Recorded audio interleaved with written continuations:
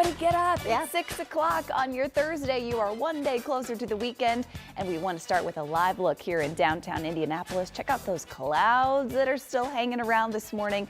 The good news is we're expecting a little more sunshine later today, which we appreciate. Thanks for waking up with us here on 13 Sunrise. I'm Sam in for Julia, along with Julia and Matt this morning. I'm ready for some more sunshine. Yes, I was going to say, when we have a view like that outside this early in the morning at 6 a.m., we need a song like that to help us get up, get into action, and maybe get motivated for our day. We're almost to the weekend, though. Yeah. Just getting through another blistery, chilly, or blustery? Blustery?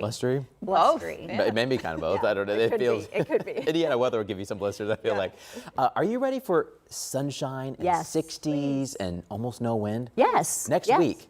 Next week. I know. Okay, that's well, okay. it's on We'll the take way. On the way. We're going to fall back this week. You guys also ready to fall back? That's going to be a big Gain change. an hour, right? Gain an hour. You get an extra hour of sleep. So you'll have maybe hopefully a little bit more energy to enjoy the nicer weather next week. We just have to get this system out and then one more front. See this front in the Dakotas right now? There's some rain and actually a little bit of mix right now.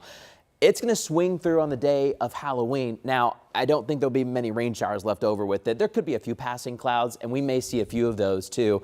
But we're probably going to stay on the cooler side for tomorrow too, and maybe Saturday a little bit. But starting next week, we're going to get some higher pressure, sunnier days, and 60s.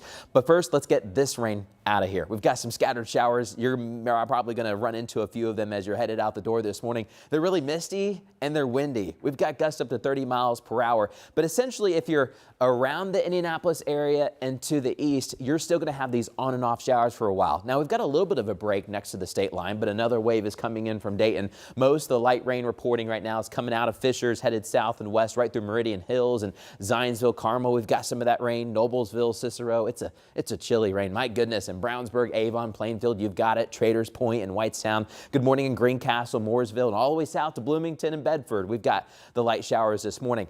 Clouds are low, but I think we're going to break them up. It's going to be a cloudy start, but throughout the day, gradually from west to east, we're going to get these clouds out of here, and I think we're all going to end up with some sunshine a little bit before sunset. But we need some sun to try to warm us up. We're in the 40s out there this morning. It's only 44 at Indianapolis, Carmel, and Danville. Newcastle all sitting at 44, 45. They're in Martinsville and Bloomington and in Seymour, but it feels colder than that with those northerly winds. So coming up, clouds will slowly clear out. Coming up, we're going to time out when we think the rain will be done, and maybe when we'll finally get back to some 60s and sunshine. Let's talk about traffic this morning. The one crash that we've had for a while now, I-69 South, we still have an issue as you're actually just past Fishers High School and you're going south and west. Here's 126th Street. So Fishers High School is right here. It's just past 126 and you're headed south and west towards State Road 37. We also had a vehicle stalled there at State Road 37, but it's not blocking traffic. Here's the crash. You still see the flashing lights. It looks like traffic's still able to flow fine. And it is a wet start. Look how dreary it is, Julia, this morning on Michigan Road. We do have sunshine on the way just later today.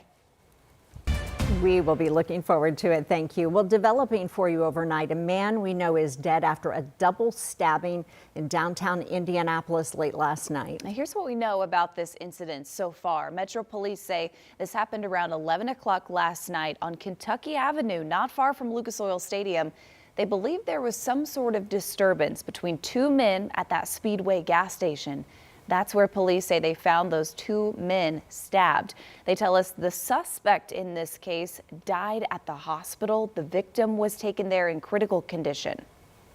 Now police are focusing their efforts on trying to get as much information and evidence from the scene there. You see this big crowd of investigators that were there. Now, we were in that area as well. They're asking if you saw something last night, they would like to hear from you. Well, the government shutdown is the second longest in history as of this morning, and in just days, the SNAP money could be paused, and there's no end to when that happens. Yeah, and that means 600,000 people just here in Indiana could be impacted by this. Our Anna Chalker joins us live with how one state lawmaker is looking to step in and help until there are changes in Washington. Anna, good morning.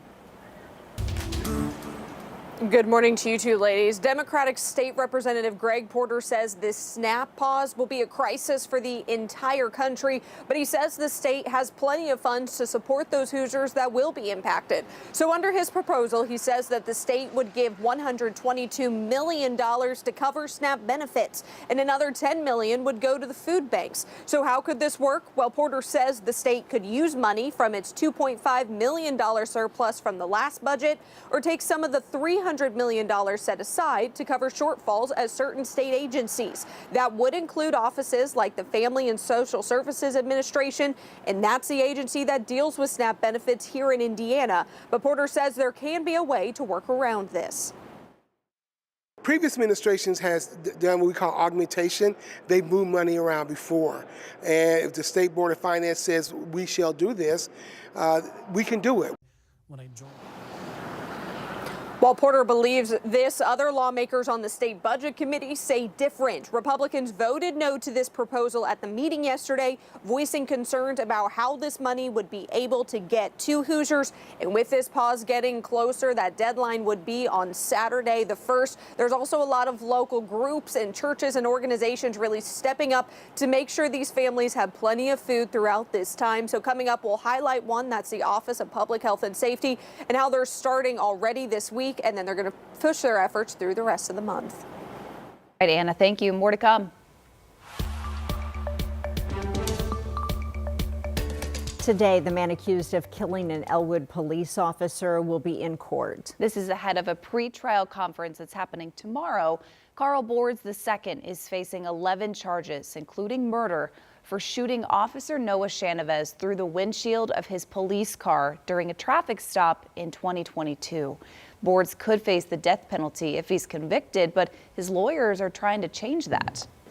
Now, in April, Boards' lawyers claimed that he had an intellectual disability, but in July, a judge ruled doctors say he was competent enough to stand trial.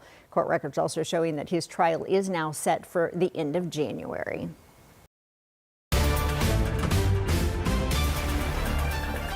Coming up on 6:08, we're getting new clarity this morning about a timeline for the upcoming special legislative session here in Indiana. State lawmakers are poised to consider redrawing Indiana's congressional maps, but now the Indiana House Speaker and state leaders say work will not start on Monday as we originally thought.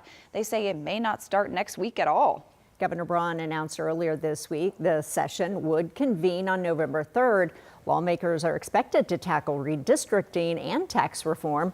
For context, in the last special session in 2022, the legislature did not meet until a few weeks after an initial date.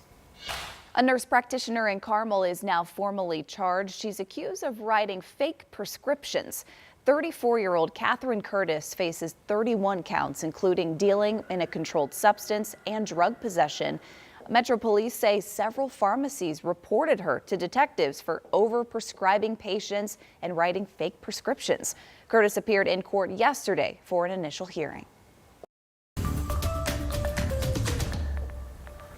And now to an update to a story we brought you as breaking news yesterday here on Sunrise. We now know a man is under arrest accused of killing a woman on the near northwest side of Indianapolis.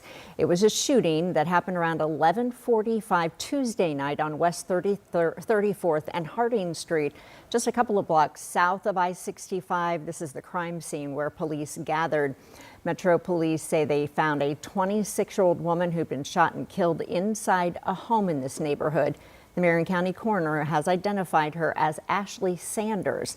The 38-year-old suspect we know faces a preliminary charge of murder. Well, the numbers are startling. At least 83 Hoosiers died in domestic violence in just 2024. And of course, we know that number keeps rising. That's according to the Indiana Coalition Against Domestic Violence. And now an organization is working to make sure those lives lost are not forgotten. Marina Silva is back in studio this morning with how they are being remembered. Good morning. Good morning. Well, preserving the legacies of lives lost, that's the aim of the Domestic Violence Prevention Network's Remembrance and Resilience event. And for some families, photos are all they have. During the vigil, dozens of candles were lit in remembrance of the victims, followed by a moment of silence that left many in tears, as well as artwork by survivors. Now, that artwork is part of Project Heal. It's an initiative to help victims recover through creativity and community. The Indiana Coalition Against Domestic Violence says at least 1 in 3 people are experiencing it, and that number could even be higher because it is so underreported. On average, it takes someone 7 times to leave an abusive situation, and it doesn't always mean they can on the first try. So it really just depends on each person's situation, and leaving's not just as easy as just getting out and leaving, because there's also a big consideration around safety when someone's leaving, because domestic homicide, the risk of domestic homicide increases when somebody is leaving. We do want you to know help is out there. We have resources on our website, WTHR.com. Now, coming up at 6:30, we're introducing you to a family who says that photo is all they have of their daughter that was killed last year. All right, thank you. So troubling, and we know there's help out there. It's just a matter of time when people can really reach out and get that help. Thanks. Matt? Hey, good morning. It is 6:11. It's a dreary, soggy start with all these scattered light rain showers and some wind. But the rain chances are going down. We're going to clear out today, get some sunshine, and we'll let you know how Halloween is shaping up for tomorrow. Julia? All right, Matt, thank you. And President Trump announcing the U.S. will lower tariffs on Chinese goods. That announcement coming overnight while you slept after a meeting with China's president. Coming up, we'll have more on what was talked about in that all-important meeting on trade.